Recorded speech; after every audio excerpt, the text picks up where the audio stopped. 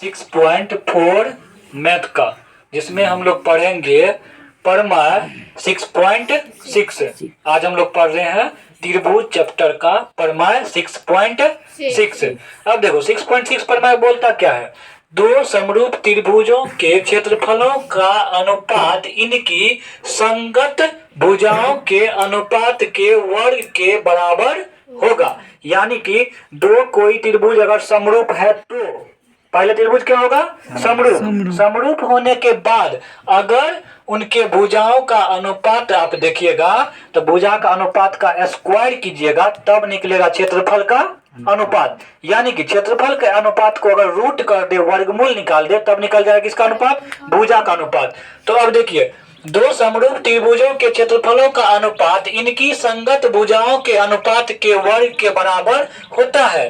तो अब हम जान रहे हैं त्रिभुज अगर समरूप है तो भुजा का अनुपात तो पहले ही बराबर होगा। होगा कि नहीं होगा? समझे? तो ए बी बटा पी क्यू बराबर बी सी बटा क्यू आर बराबर ए सी बटा पी आर, पहले से बराबर होगा। अब देखिए यहाँ पे 6.6 कह रहा है एरिया ऑफ त्रिभुज एबीसी। एरिया मतलब क्षेत्रफल, एरिया ऑफ त्रिभुज पीक्यूआर मतलब त्रिभुज एबीसी का एरिया बट्टा त्रिभुज पीक्यूआर का एरिया क्षेत्रफल। क्षेत्रफल का अनुपात बराबर भुजा का अनुपात का स्क्वायर। भुजा का अनुपात का वर्ग माने स्क्वायर। भुजा का अनुपात कर दिए ए बी बटा पी क्यू। देखिए यहाँ ए बी बटे पी क्यू, बी सी बटे क्यू आर संगत भुजा, ए सी बटे पी आर हुआ ना। तो क्षेत्रफल का अनुपात बराबर भुजा का अनुपात का स्क्वायर। क्षेत्रफल का अनुपात बराबर भुजा का अनुपात का स्क्वायर। परमार 6.6 यही कह रहा है कि कोई दो त्रिभुज अगर समरूप है तो उनके भुजाओं का अनुपात का अगर स्क्वायर कीजिएगा तो उनका क्षेत्रफल का अनुपात निकल जाएगा।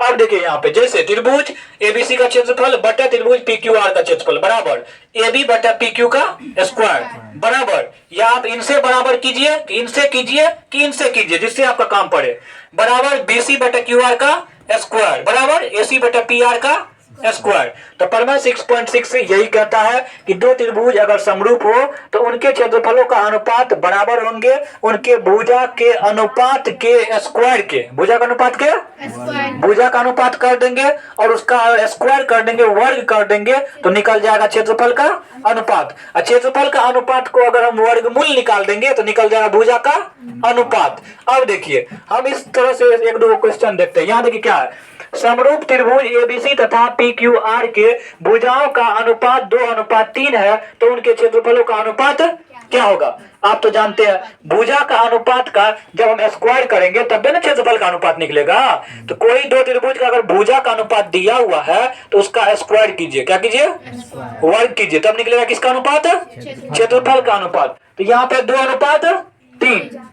यानी कि 2/3 ये किसका अनुपात हुआ? भुजा का अनुपात। ये हो गया आपका भुजा का अनुपात। अगर हमको निकालना है क्षेत्रफल का अनुपात तो हम लोग क्या करेंगे? 2/3 पे चढ़ा देंगे स्क्वायर बराबर क्या हो जाएगा? 4/9 यानी कि 4:9 आंसर। तो भुजा के अनुपात जब दिया रहे तो क्षेत्रफल का अनुपात आसानी से निकाल लीजिएगा। क्या करके? स्क्वायर लगा के। भुजा के अनुपात को हम लोग स्क्वायर लगा देंगे तो क्या हो जाएगा? क्षेत्रफल का अनुपात। भुजा का अनुपात है 2:3, दोनों का स्क्वायर किए 2 दूना हो गया 4, 3 तिया हो गया 9। तो भुजा का अनुपात है 2:3 तो क्षेत्रफल का अनुपात क्या हो गया? 4:9। अब देखिए परमार 6.6 से अब देखिए दूसरा क्वेश्चन आता है, दो समरूप त्रिभुज है ए बी सी तथा डी ई एफ के क्षेत्रफलों का अनुपात है 25:64 तो उनके भुजाओं का अनुपात ज्ञात करें। अब देखो क्षेत्रफल का अनुपात दे दिया, क्या दे दिया? क्षेत्रफल का अनुपात दे दिया, समझे? अब देखिए भुजा का अनुपात का स्क्वायर करते हैं तब ना क्षेत्रफल का अनुपात आता है ना। समझ रहे बात को? अगर हम लोग भुजा का अनुपात का स्क्वायर नहीं चाहिए, हमको खाली भुजा का अनुपात चाहिए तो ये स्क्वायर इधर आएगा, इधर आएगा तो क्या बनेगा? स्क्वायर बराबर के इस साइड आए समीकरण में तो क्या बनता है? रूट बनता है। इस पर रूट चढ़ेगा क्षेत्रफल पे। तो अगर भुजा का अनुपात से क्षेत्रफल का अनुपात निकालना है तो स्क्वायर चढ़ा दीजिए, क्षेत्रफल का अनुपात से भुजा का अनुपात निकालना है तो रूट चढ़ा दीजिए, समझे? तो अब हमको किसका अनुपात निकालना है? भुजा का अनुपात बराबर क्या हो जाएगा? वर्गमूल निकालेंगे किसका? 25/64 का निकालेंगे। 25 का वर्गमूल कितना हो जाएगा? 64 का 8। तो कितना हो जाएगा 5 अनुपात 8, 5 अनुपात 8। समझे? तो अगर दो समरूप त्रिभुज में भुजा का अनुपात दिया हुआ है, क्षेत्रफल का अनुपात निकालना है तो स्क्वायर कर देंगे। दो समरूप त्रिभुज में क्षेत्रफल का अनुपात दिया है, भुजा का अनुपात निकालना है तो वर्गमूल कर देंगे, रूट कर देंगे। समझे? लेकिन ये सब तब काम करेगा जब दोनों त्रिभुज पहले से समरूप होगा। क्या होगा? बिना समरूप का काम नहीं करेगा, समरूप होना चाहिए दो त्रिभुज। अब देखिए यहाँ पे क्वेश्चन आ गया, दो समरूप त्रिभुज है एबीसी, एबीसी का क्षेत्रफल है 64 सेंटीमीटर स्क्वायर। कितना है?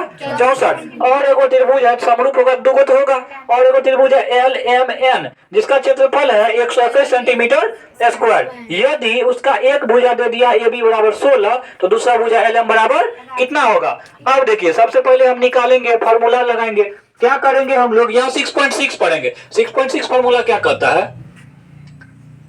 क्षेत्रफल का अनुपात बराबर भुजा का अनुपात का स्क्वायर, यही कहता है।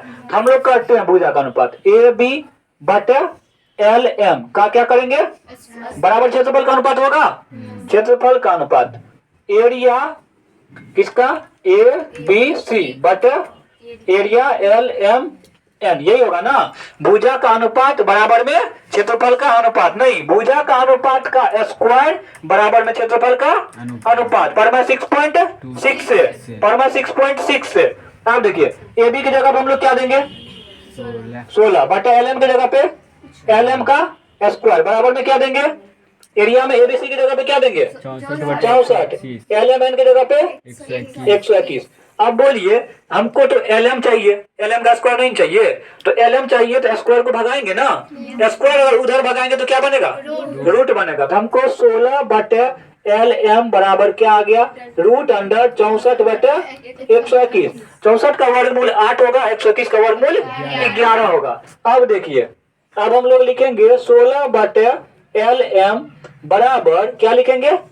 64 का वर्गमूल 8, 121 का 11 हुआ ना। अब हमको क्या निकालना है? हमको क्या निकालना है? एल एम निकालना है ना। तो आप एल एम निकालिए, क्रॉस मल्टीप्लिकेशन कीजिए। 8 गुना एल एम बराबर 11 गुना